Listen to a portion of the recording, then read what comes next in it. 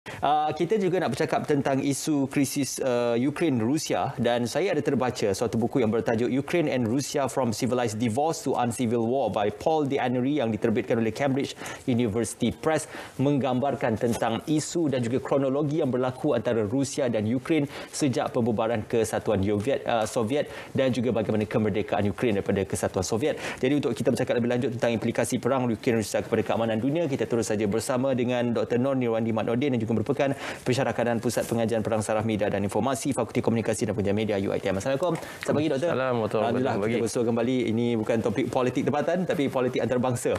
Sejarahnya panjang sebenarnya Ukraine dan Rusia ni kalau boleh dilihatkan. Namun untuk kita pendekkan, krisis ini berlaku apabila Ukraine berada di tengah-tengah antara tersepitnya tentang isu NATO, krisis Barat dan juga Rusia dan juga Amerika Syarikat dan juga Rusia. Jadi bagaimana kita memahami dengan lebih lanjut di manakah kedudukan dan juga apakah kedudukan Ukraine pada ketika ini dalam konflik antara kedua-dua kuasa besar ini? Sekiranya kita bercakap tentang satu peperangan yang berlaku yang dikatakan mengejutkan semua pihak, walaupun data persikan daripada Amerika Syarikat telah mengatakan bahawa Ukraine akan diserang oleh Rusia. Ia bermula dalam satu rentita sejarah yang saya rasa cukup menarik daripada kejatuhan Soviet, apabila Ukraine cuba memisahkan identiti mereka daripada pengaruh Rusia. Dan apabila itu berlaku, Rusia merasakan ia berlaku satu bentuk ancaman keselamatan bagi negara mereka. Jadi kalau kita membincangkan isu peperangan ini, kita kena lihat beberapa dimensi. Ada yang mengatakan dilihat daripada perspektif peperangan di antara Rusia, perspektif daripada Eropah, daripada interest daripada US dan sekutu-sekutunya, dan juga daripada perspektif ekonomi dan perspektif Islam. Tapi kalau kita berbincangkan daripada isu global, isu yang telah dibincangkan dalam banyak isu peperangan ini berlaku dibincangkan, ia berkisar tentang bagaimana Ukraine cuba membentuk satu identiti tersendiri dengan melakukan satu pembentukan pemisahan daripada identiti Rusia dengan berkecenderungan untuk ke arah NATO, sekutu-sekutu Eropah termasuk bersama EU. Dan apabila Ukraine cuba untuk menyertai EU pada 2013 dan seterusnya cuba untuk mencari NATO, maka di sini Rusia merasakan berlaku satu bentuk ancaman keselamatan negara. Kerana apabila seperti yang Ismail berlaku tadi, satu pembacaan yang menarik, apabila berlaku pemisahan ataupun kejatuhan Soviet itu, NATO dikatakan telah berjanji kepada negara Rusia bahawa mereka tidak akan mengembangkan pengaruh NATO itu ke negara-negara timur Eropah, Sentral Eropah dan negara-negara Baltik. Tapi kita lihat di sekitarnya selepas 1997, banyak negara-negara telah menyertai NATO. Hungary, Czechoslovakia, Lavinia dan Slovenia dan beberapa negeri-negeri di kawasan-kawasan itu. Kecuali Belarus yang lebih pro pada Rusia. Jadi apabila keadaan ini berlaku, maka wujudnya satu ketegangan di mana Rusia melihat bahawa akan berlaku satu bentuk ancaman kepada negara mereka. Dan apabila kejatuhan Presiden pro-Rusia pada 2014 di Ukraine, maka Rusia mula mengambil Crimea dan menyokong puak-puak yang menentang elemen-elemen berkepentingan Kremlin di Donetsk dan Luhansk dan Donetsk. Maka ini akhirnya membentuk satu bentuk pengiktirafan Rusia kepada negara-negara tersebut. Jadi di sinilah kalau kita lihat peperangan ini amat menarik kerana kita perlu melihat daripada pelbagai dimensi. Sudah tentu kalau kita mengikut carta pada United Nations, adalah salah sesebuah negara menggunakan kekerasan, terutamanya berhubung dengan political independence sovereignty, iaitu kedaulatan politik dan kedaulatan negara apabila ia cuba campur tangan. Tapi inilah satu perkara yang saya rasa unik, menarik tetapi membimbangkan kerana ia melibatkan sekutu-sekutu, kuasa-kuasa besar dunia, dan sudah tentu ia akan memberikan impak yang signifikan kepada peradaban global, ketamunan khusus dalam ekonomi dalam dunia, termasuk mungkin akan dapat kesannya pada negara kita dan antau ini juga. Apabila doktor bercerita tentang kesan yang paling signifikan kita lihat di Donetsk apabila berlakunya tembakan misil kepada MH17, itu juga mungkin merupakan kesan akibat daripada krisis yang berlaku antara persepadanan Ukraine dan juga Rusia. Dalam perihal ini, apabila pemimpin Ukraine bertegas untuk menyertai NATO, dan dalam perihal ini Amerika Syarikat dan juga negara Barat ataupun NATO masih lagi tidak memberikan jawapan lanjut tentang penerimaan Ukraine ke dalam NATO, itu telah menimbulkan mungkin ketakutan kepada Rusia kerana persepadanan Rusia itu banyak berkait rapat juga dengan persepadanan Ukraine. Jadi apakah perihal ini Rusia akan memberi amaran kepada Ukraine supaya tidak menyertai NATO? Kalau menyertai juga, maka serangan besar-besaran akan turut dilakukan. Ini satu antisipasi peperangan yang dilihat oleh semua penganalisis keselamatan seperti saya dan juga pakar-pakar yang melihat isu-isu berhubung berkait ini, dan juga isu-isu berkaitan dengan akademik. Kerana apabila kita melihat pada suasana sini, kita lihat akan akan berlaku satu bentuk yang agak ketara, di mana partisipasi dalam peperangan ini lebih pada satu bentuk untuk Rusia menyelamatkan dan memastikan keselamatan negara mereka. Dan juga bagi Eropah memastikan pengaruh Rusia di Eropah itu tidak berkembang dan akhirnya menjejaskan keseimbangan kuasa-kuasa besar Eropah termasuk Amerika Syarikat yang bersama dengan NATO.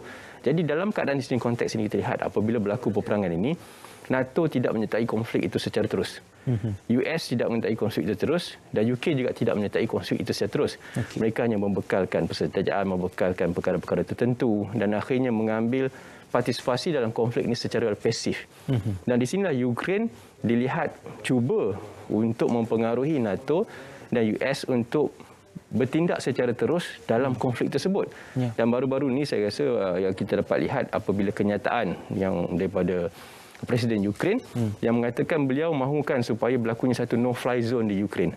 Dan apabila no-fly zone itu dilakukan, maka pesawat NATO dan pesawat US perlu memastikan kedaulatan aviation ruang udara Ukraine. Dan apabila ini berlaku, ia adalah partisipasi secara terus dalam konflik. Dan ini tidak mungkin akan berlaku. Sekiranya berlaku, ia akan mencetuskan peperangan lebih besar. Dan target utama Rusia adalah untuk masuk pada Kiev dan seterusnya menjatuhkan Presiden Ukraine dan menubuhkan satu bentuk kerajaan baru yang pro kepada Kremlin dan berpihak pada Rusia. Jadi ini adalah satu bentuk konflik yang telah masuk saya rasa hari ke-12 dan 13 bermula sejak 24 hari bulan. Yang menjadi satu perhatian dunia, apakah langkah seterusnya yang akan dimainkan oleh NATO, US dah tentunya, mengepali decision ataupun perkara-perkara penting berhubung konflik ini dan takat manakah Rusia mampu untuk meneruskan satu bentuk peperangan yang dilihat tidak agresif sepenuhnya. Rusia tidak menggunakan kuasa mereka serangan secara udara dengan berterusan, lebih kepada satu bentuk psychological war bersama dengan peperangan fizikal yang digabungkan dalam satu kaedah baru peperangan untuk memberikan tekanan kepada rakyat agar menyokong berkecenderungan pada Rusia dan agar Presiden Ukraine itu melepaskan jawatan dan seterusnya Rusia dapat membentuk satu kerajaan berkepentingan mereka di Ukraine. Ya, dalam perihal ini bukan saja kita melihat perang secara fizikal yang berlaku, tetapi Amerika Syarikat dan juga beberapa negara di barat ataupun di Eropah juga sudah mula melakukan sekatan ekonomi kepada Rusia. Dan ini menimbulkan persoalan kerana Rusia juga mempunyai sekutunya yang juga merupakan kuasa besar dunia. Kita tidak tahu di manakah status China dalam hal ini. Jadi apakah antara negara-negara sekutu Rusia itu juga akan bertindak balas apabila Rusia ditekan oleh negara-negara yang lain ini untuk bukan saja sekatan ekonomi tetapi juga ancaman perang dan sebagainya. Dalam peperangan sudah tentu kita akan cakap tentang perspektif ekonomi. Eropah, EU mengimport lebih kurang gas dan petrol lebih kurang 40% daripada Rusia. Dan sudah tentu apabila akan berlaku satu sekatan secara unilateral melibatkan Rusia, dia akan memberikan ketahanan ekonomi pada serantau. Dan China telah mengatakan pendiam mereka bersama dengan Rusia secara tidak langsung. Kerana kita faham China juga termasuk dalam sekutu-sekutu besar Rusia dan bergerak secara berasingan dari segi sektoral ataupun peradaban, ketamadunan, sokongan sama ada dari segi kenderaan, ekonomi bersama Rusia dan tidak bersama dengan US. Dan ia melibatkan kepentingan strategik mereka seperti Laut Cina Selatan, kawasan Eropah dan kawasan-kawasan tertentu. Tapi dari segi aspek ini, sudah tentunya akan memberikan satu keterbukaan baru dalam sistem geopolitik dan sistem geostrategik global.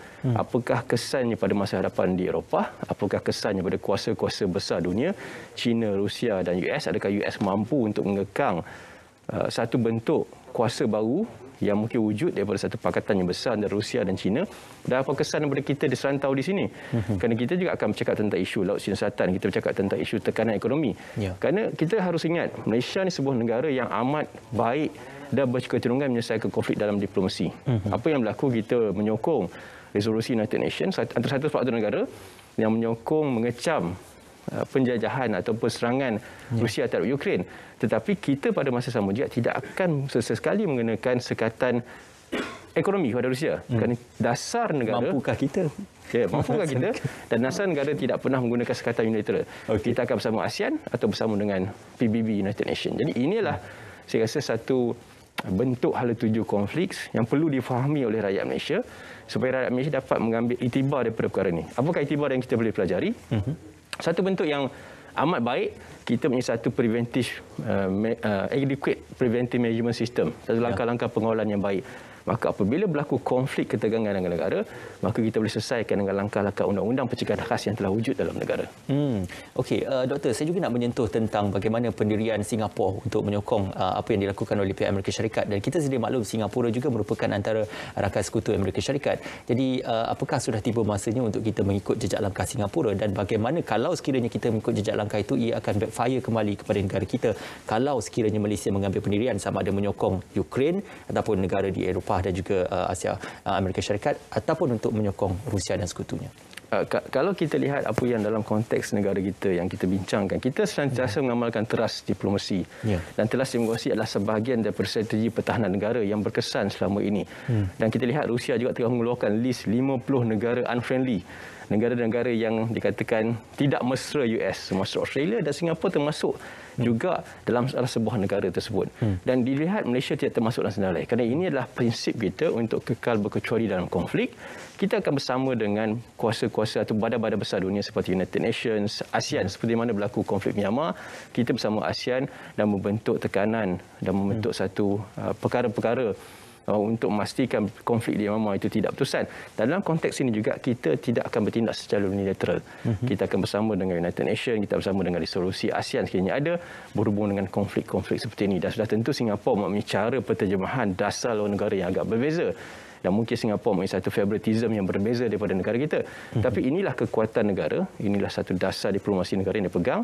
Dan buat pada masa ini ia berkesan untuk memastikan negara kekal bebas daripada mana-mana konflik serantau, mana-mana konflik global, tanpa membentuk satu partisan yang ketara dalam isu-isu konflik, terutamanya konflik global termasuk konflik serantau di ASEAN ataupun di Asia. Ya, kalau kita lihatkan isu dan juga konflik yang berlaku antara Rusia dan juga Ukraine ini juga melibatkan negara-negara di Eropah juga, ini amat merisaukan kerana Rusia juga merupakan antara salah satu daripada kuasa besar dunia. Jadi selain daripada isu krisis pencerobohan ataupun isu krisis perang seperti ini, apakah akan berlaku juga impak kepada ekonomi, khususnya kepada perihal tentang kesan pada harga minyak ataupun petroleum dunia yang kini juga turut menimbulkan kerisauan kepada pemerhati-pemerhati ekonomi dan juga pemerhati politik di dunia. Sudah tentu kalau kita bercakap tentang permasalahan peperangan ini, kita bercakap tentang asas standard utama yang menentukan lonjakan ataupun kemelesatan ekonomi adalah nilai mata wang US dan juga nilai mata wang petrol ataupun minyak itu sendiri.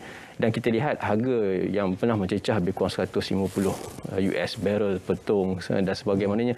Dan ini memberikan satu indikasi bahawa ia satu perkara yang perlu dilihat.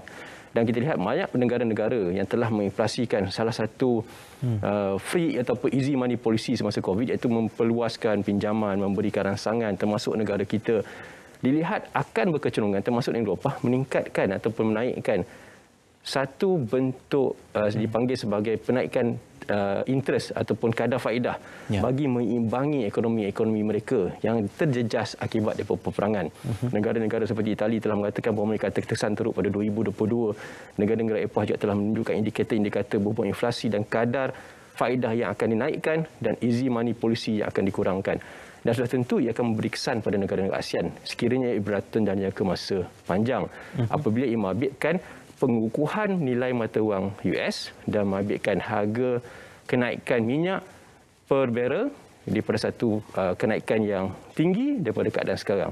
Jadi ini akan memberikan satu gambaran bahawa kita perlu memerlukan pakar-pakar ekonomi untuk bersedia menghadapi konflik ini. Kita perlu duduk dan berbincang dengan kadar-kadar apakah yang boleh dilakukan oleh bank negara, apa yang boleh dilakukan dengan sistem ekonomi negara untuk bersedia menghadapi konflik ini sekiranya ia berpanjangan. Sudah tentu kita tidak mahu kesan nuklear, peperangan dunia ketiga ataupun apa-apa benda yang dikatakan yang mungkin akan menjadi klimaks pada konflik ini diharapkan tidak akan berlaku. Dan inilah satu permulaan pada konflik yang panjang sebenarnya, hari ke-12, dan saya menjangkakan konflik ini akan berpanjangan kerana Rusia telah meletakkan apa yang mereka ingin capai dan sudah tentu Eropah juga tidak akan campur tangan secara terus kerana mereka juga sedar kesannya pada global, kesannya pada ekonomi adalah amat signifikan. Ya, konflik ini bukan saja baru berlaku, ia sudah pun puluhan tahun berlaku antara Rusia dan juga Ukraine.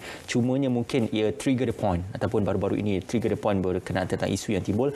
Kita harapkan agar proses ini dapat dilakukan perjanjian damai antara kedua-dua negara dan juga melibatkan beberapa pihak. Terima kasih kepada Dr. Nirwandi bersama dengan kami pada pagi ini untuk membincangkan implikasi perang Ukraine Rusia kepada keamanan dunia secara khususnya.